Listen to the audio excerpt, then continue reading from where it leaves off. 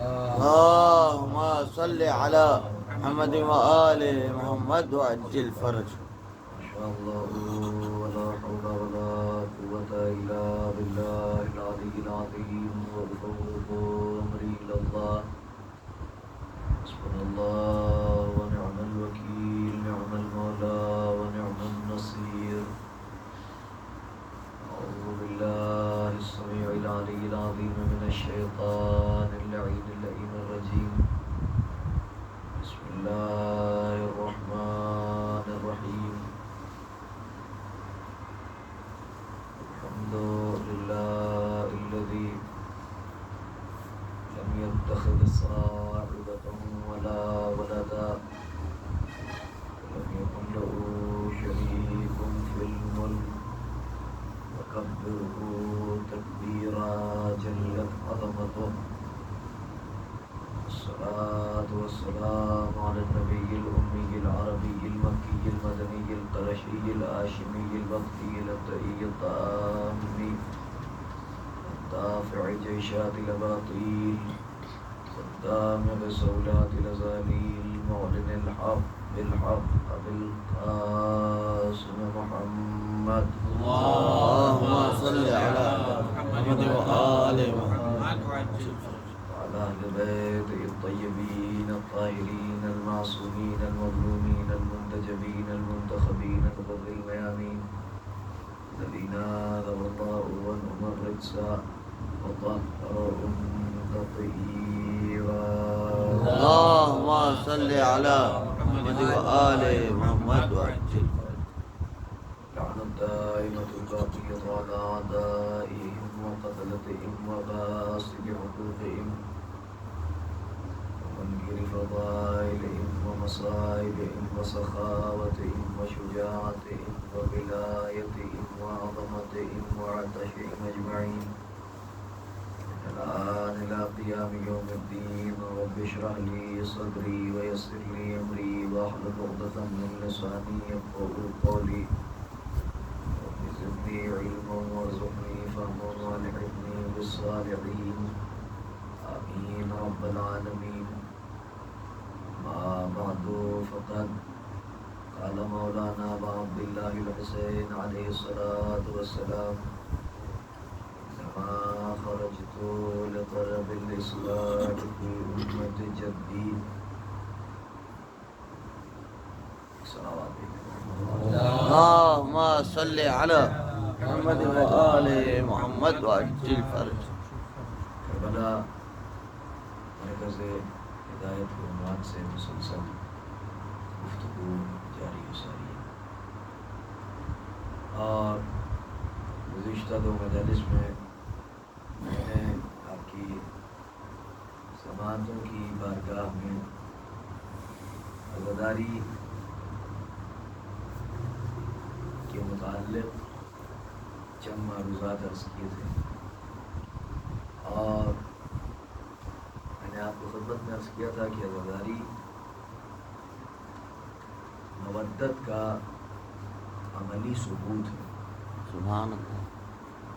اور مسلسل آپ مجالس سماعت فرما رہے ہیں، اور انہی تمام عناوین کو آپ کے سامنے رکھا جا رہا ہے. کل شب میں مرکزی امام باڑے کی مجلس میں مولانا موصوف نے بھی کچھ اسی انداز سے خطاب کیا، اور کچھ یہی باتیں انہوں نے بھی پڑھی. ہر ذاکر کا اپنا ایک الگ طریقہ کار ہوتا ہے، ہر ذاکر اپنے اعتبار سے استدلال پیش کرتا ہے، اور ہر استدلال کا ایک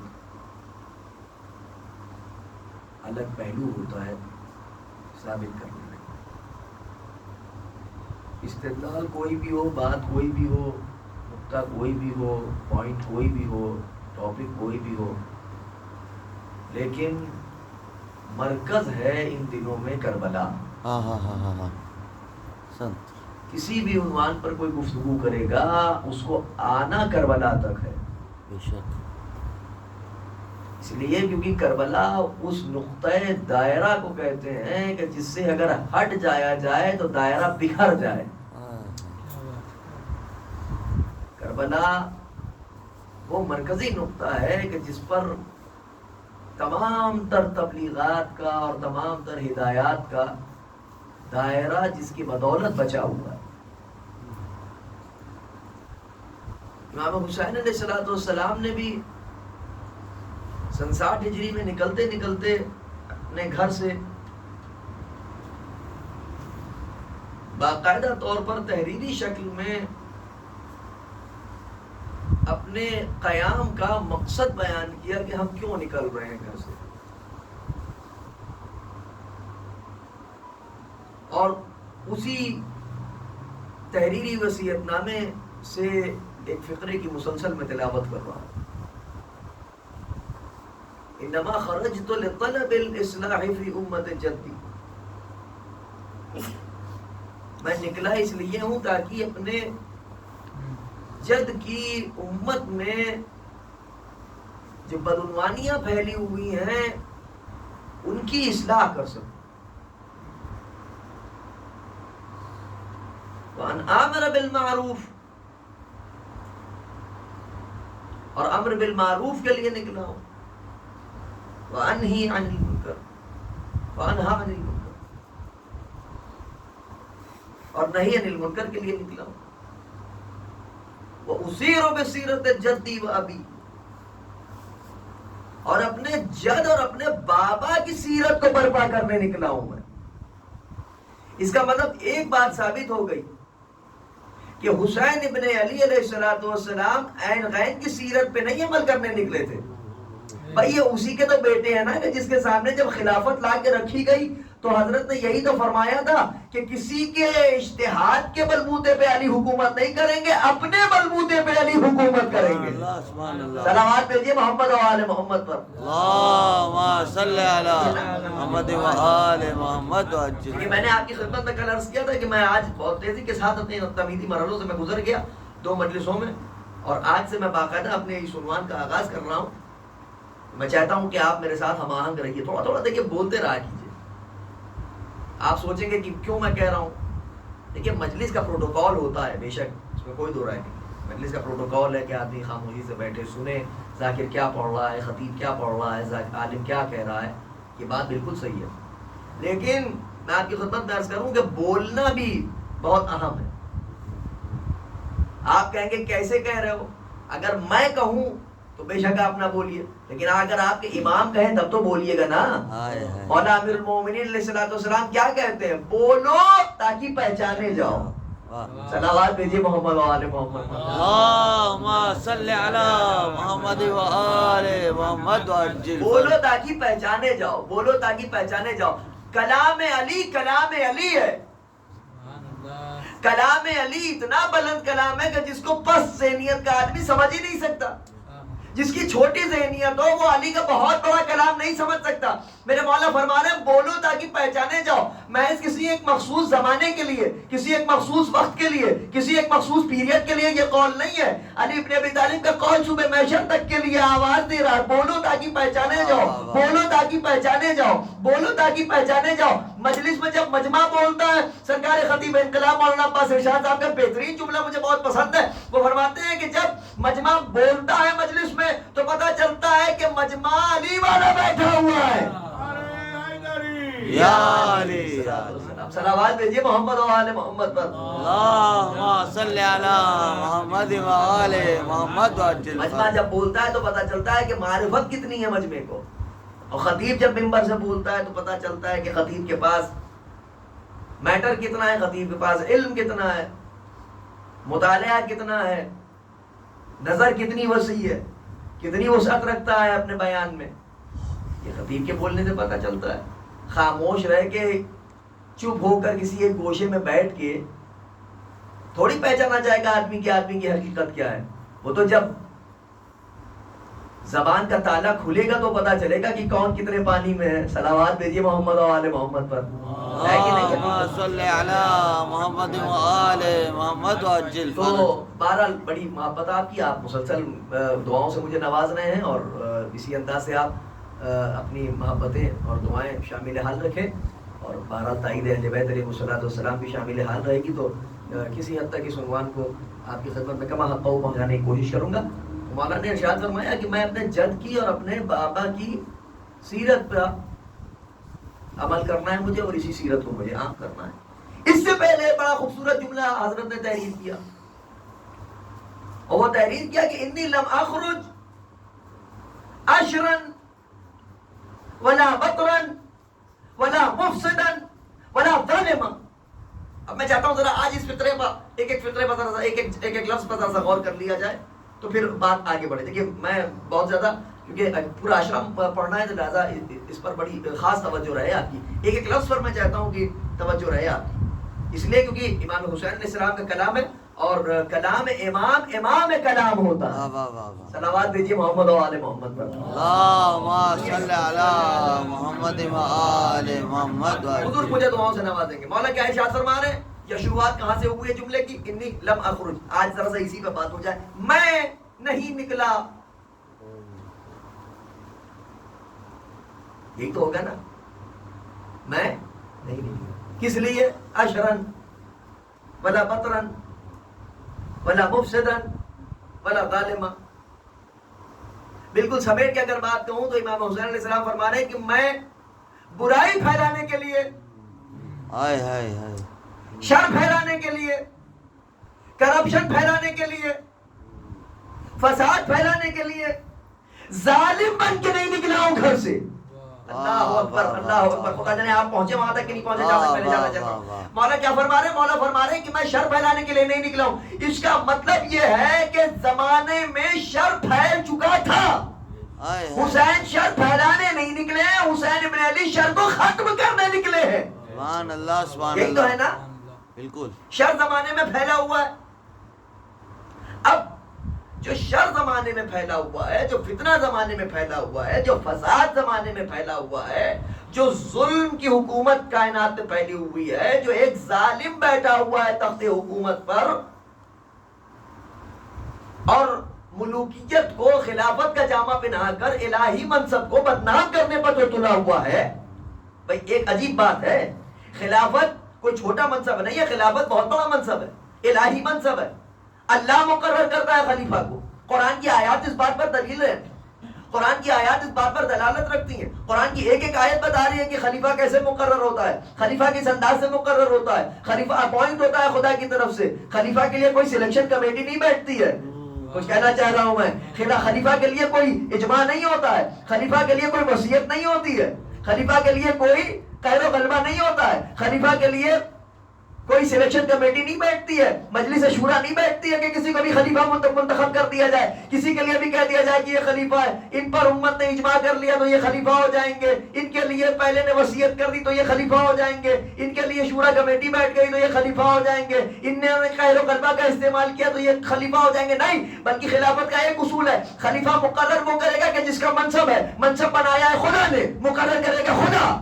واہ واہ واہ واہ واہ، سبحان اللہ، سبحان اللہ۔ خلیفہ مقرر کرے گا خدا، اور اتنے الہی منصب پہ، اتنے پاک منصب پہ، اتنے عظیم منصب پہ، اتنے محترم منصب پہ، اتنے قابل احترام منصب پہ، اتنے قابل ستائش منصب پہ کون بیٹھا ہوا ہے؟ وہ بیٹھا ہوا ہے کہ جو اللہ کے تمام حدود کو پامال کر رہا ہے، اللہ کے ہر قانون کو توڑ رہا ہے، اللہ کے ہر قانون کے بالکل برعکس کام کر رہا ہے، اور یہی نہیں بلکہ یہ بھی کہہ رہا ہے شراب پی پی کے کہ نہ کوئی قرآن آیا، نہ کوئی وحی آئی، نہ کوئی جبریل آیا، معاذ اللہ لعاذ باللہ، نقل کفر نباشد، اس قسم کے جملے کہہ رہا ہے، ظلم کی حکومت برپا کیے ہوئے ہے، فتنہ و فساد برپا کیے ہوئے ہے، ظالم بن کے بیٹھا ہے، جابر بن کے بیٹھا ہے، متکبر بن کے بیٹھا ہے، مغرور بن کے بیٹھا ہے، شرارتیں کر رہا ہے، شر پھیلا رہا ہے، بدعنوانیاں پھیلا رہا ہے۔ حسین ابن علی علیہ السلام نے سد باب کر دیا، میں نکلا ہی نہیں ہوں اس لیے کہ شر پھیلاؤں، فتنہ و فساد پھیلاؤں، کرپشن پھیلاؤں، ظالم بن کے نکلوں، نہیں، بلکہ میں کائنات سے نکلا ہوں، یا دنیا سے، میں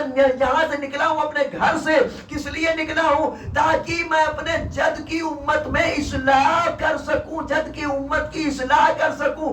یا مولا اصلاح کس بات کی آپ کرنا چاہتے ہیں؟ کہا اصلاح اسی بات کی کرنا چاہتا ہوں، امت نے کسی نااہل کو ایک اہل کے منصب پہ بٹھا دیا ہے،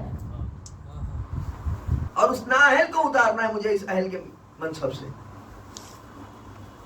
وہ جو نااہل بیٹھا ہوا ہے، جو بدعنوانیاں پھیلا رہا ہے، جو فتنے و فساد کو، فسق و فجور کو جو پھیلا رہا ہے مسلسل اپنی مکاریوں سے، اپنی شرارتوں سے، اپنی شریر طبیعت سے، تو اس کو ختم کرنا ہے ہم کو. اور میں ظالم بن کے نہیں نکلا ہوں، میں مظلوم بن کے نکلا ہوں. بھائی ظالم بن کے نہیں نکلا ہوں کا برعکس تو یہی ہوگا نا، اپوزٹ تو یہی ہوگا نا کہ میں مظلوم بن کے نکلا ہوں. یہ امام حسین علیہ السلام فرما رہے ہیں. اور مظلوم کا مسئلہ یہ ہے کہ انسان مظلوم رہے وہ زیادہ بہتر ہے بنسبت کے ظالم ہو. اس لیے کیونکہ کلام معصوم میں ہم نے یہ بھی دیکھا کہ معصوم نے ارشاد فرمایا کہ زمین سے آسمان کی بس اتنی دوری ہے کہ مظلوم کی صدا بغیر کسی وسیلے کے خدا تک پہنچتی ہے. صلوات بھیجیے محمد و آل محمد پر. اللہم صلی علی محمد و آل محمد. خدا کی بارگاہ تک بڑی تیزی سے مظلوم کی صدا پہنچتی ہے. اور پھر وہ کہ جس کے صدقے میں کائنات خلق کی، اگر وہ مظلوم ہو، آپ اندازہ لگائیے کتنی اہم بات ہے. میرے مولا نے اپنے موقف کو پوری طریقے سے بیان کیا. انشاءاللہ اسی پر گفتگو ہوتی رہے گی کہ امام حسین علیہ السلام کی اغراض و مقاصد میں کیا تھا. وہ کون سا امر بالمعروف تھا کہ جس کے لیے حسین ابن علی نکلے؟ وہ کیا نہی عن المنکر تھا کہ جس کے لیے امام حسین نکلے؟ وہ سیرت جد اور اب کیا ہے؟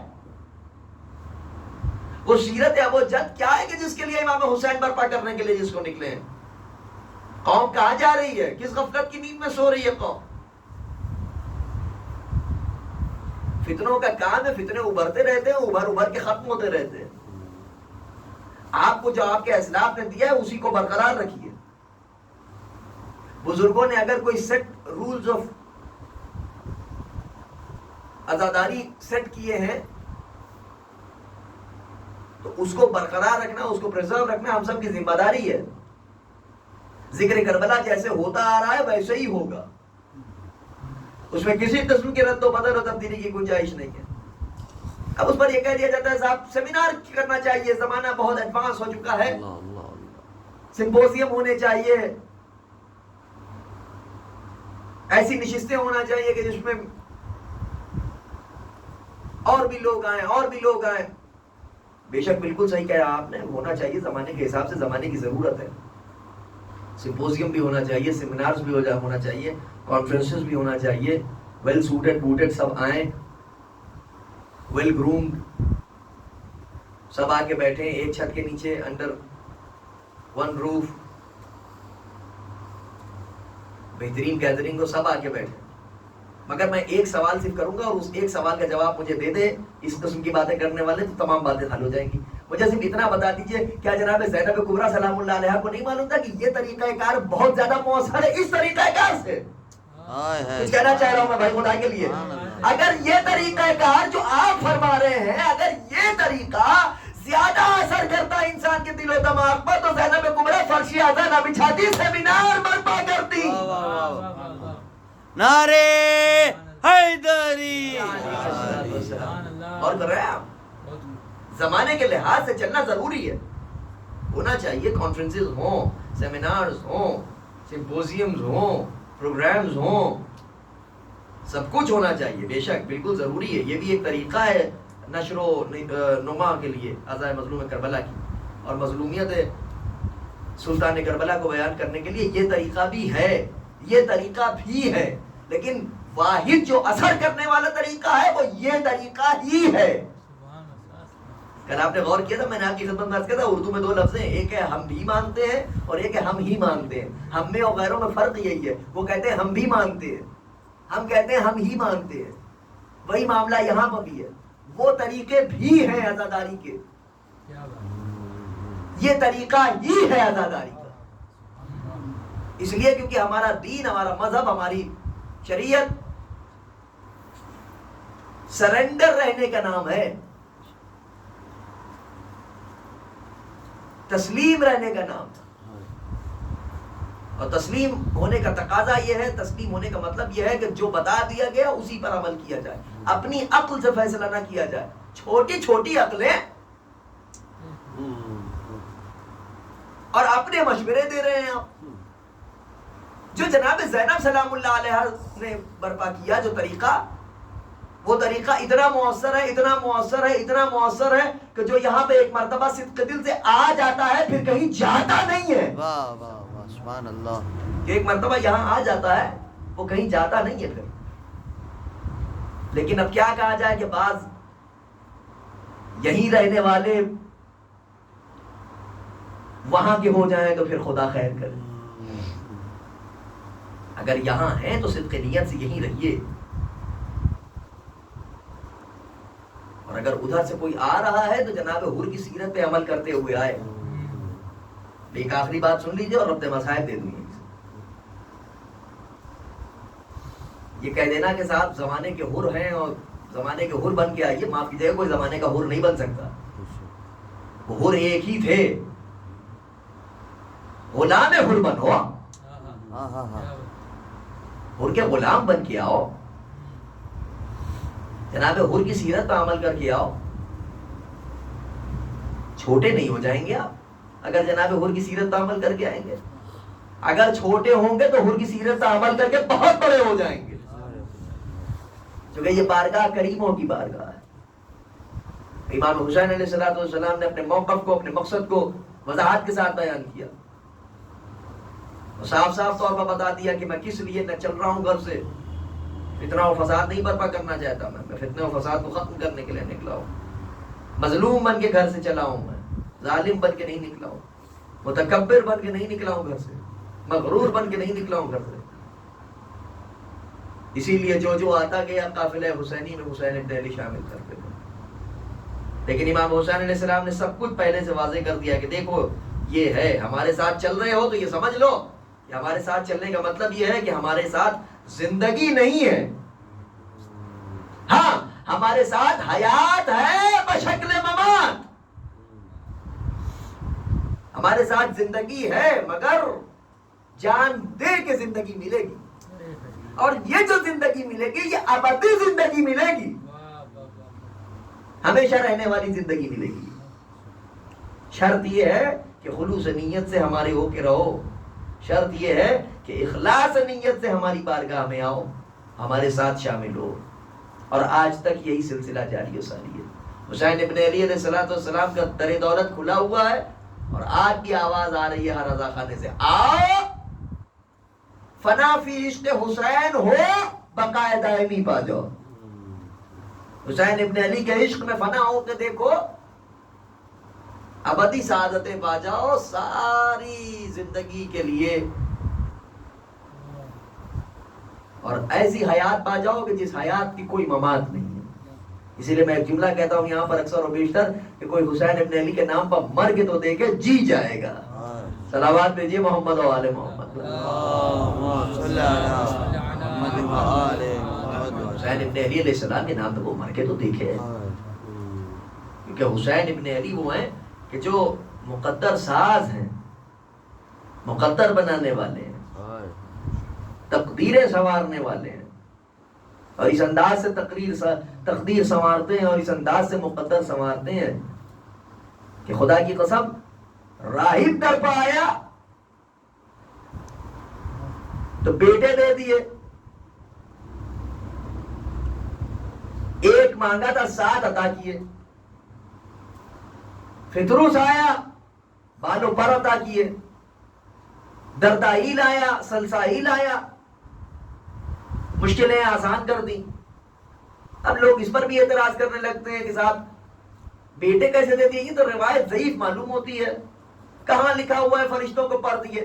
مجھے ساری باتیں چھوڑیے، میں تو 2-4 کی باتیں کرنے کا عادی ہوں بھائی. میں تو زیادہ کتابیں کھولنے اور ریفرنسز کا تلاش کر کے میں اگر دے بھی دوں گا تو آپ کتنے پڑھے لکھے ہیں، آپ کی ساری حیثیت ان کو معلوم ہے. اس قسم کے اعتراض کرنے والے ایک آخر نہیں پڑھے ہوتے، ایک لفظ نہیں پڑھے ہوتے، ایک لیٹر نہیں پڑھے ہوتے، اور باتیں کرتے ہیں صاحب کہاں لکھا ہے، کیسے لکھا ہے، کس نے لکھا ہے. ارے میاں پہلے اپنے اندر صلاحیت تو پیدا کرو کہ سمجھ سکو کہ کہاں پہ کیا لکھا ہے، کون سی زبان میں لکھا ہے. اب تم تلاش کر رہے ہو روایت کو اردو زبان میں، روایت لکھی ہوئی عربی زبان میں.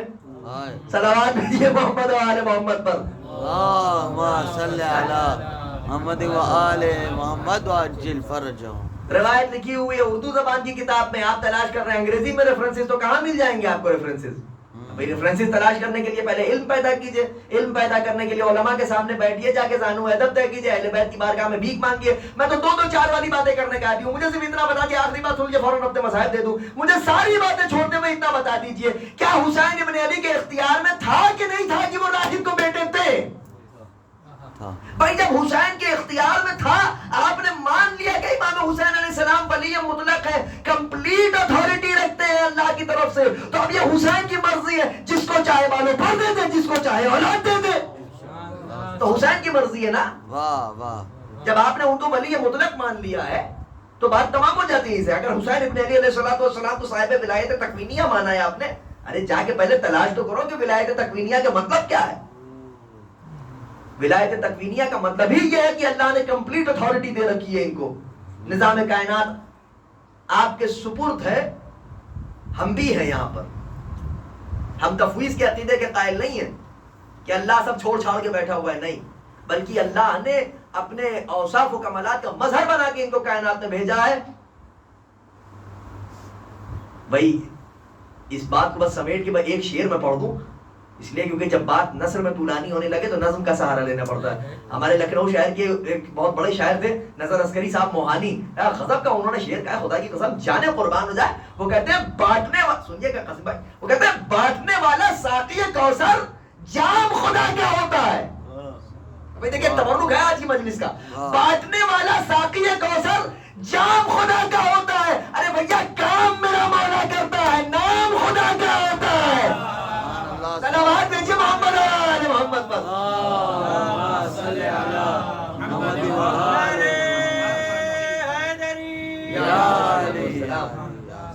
بانٹنے والا ساقی کوثر جام خدا کا ہوتا ہے، کام میرا مولا کرتا ہے، نام خدا کا ہوتا ہے۔ حسین مقدر ساز شخصیت کا نام ہے۔ عزیزان گرامی، حسین ابن علی کربلا پہنچ گئے، حسین کربلا پہنچ گئے۔ مقدر بدلنے والی شخصیت کو حسین ابن علی علیہ السلام کہتے ہیں۔ وہ حسین جنہوں نے تقدیر بدلی، راہب آیا تو بیٹے عطا کر دیے، فدرس آیا تو بالوں پر عطا کر دیے، اور فرشتگان آئے تو ان کی مشکل کشائی کی۔ ایک زمین پہ آ کے حسین ابن علی علیہ السلام کا رہوار رکا۔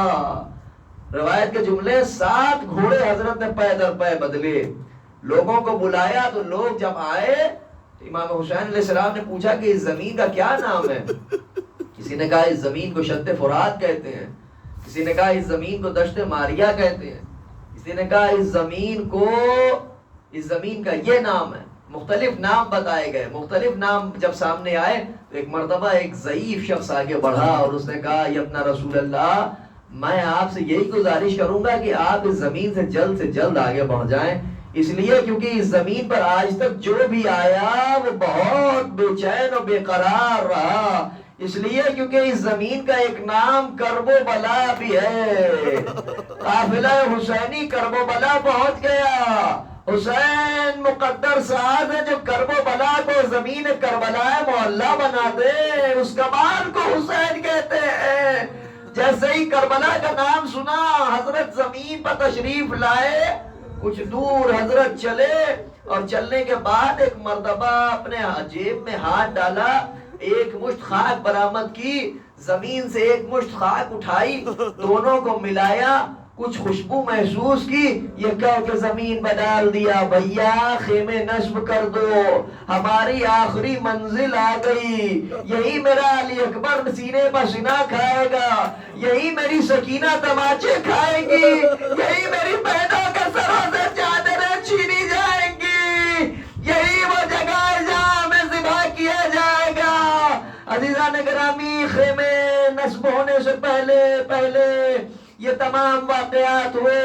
لیجئے صاحب، امام حسین علیہ السلام نے بنی اسد سے اس زمین کو خریدا، خریدنے کے بعد زمین کا قبالہ جناب علی اکبر کے نام لکھا، علی اکبر کے نام لکھنے کے بعد اب جناب زینب کبریٰ، آخری جملہ اور گفتگو تمام، جناب زینب کبریٰ صاحب معالی السبطین لکھتے ہیں کہ جب بی بی سلام اللہ علیہ محمل سے باہر تشریف لائی اور ابھی علی کی بیٹی نے پہلا قدم کربلا کی زمین پر رکھا تھا کہ ایک زرد رنگ کا غبار زمین سے اٹھا جو زینب کا سر پر آیا۔ زینب نے تڑپ کے کہا، اماں فضا ذرا میرے بھیا کو بلائیں۔ امام حسین آئے، بہن کیا بنی ہاشم میں بڑی بدشگونی مانی جاتی ہے کہ ہم کسی زمین پر قدم رکھیں اور وہاں کی خاک ہمارے سر پر آئے. بھائی نے کہا بہن یہی زمین ہے جہاں تم اجڑو گی, اسی زمین پر ہمارا قافلہ لوٹا جائے گا, اسی زمین پر ہمارے بچے یتیم ہوں گے, بیویوں کے سہاگ اجڑیں گے, گودیاں ویران ہو جائیں گی, گلشن زہرا تارا. وَسَيَعْلَمُ الَّذِينَ ظَلَمُوا أَيَّ مُنقَلَبٍ يَنقَلِبُونَ عَلَى لَعْنَةِ اللَّهِ عَلَى الْقَوْمِ الظَّالِمِينَ. ما كان من شيء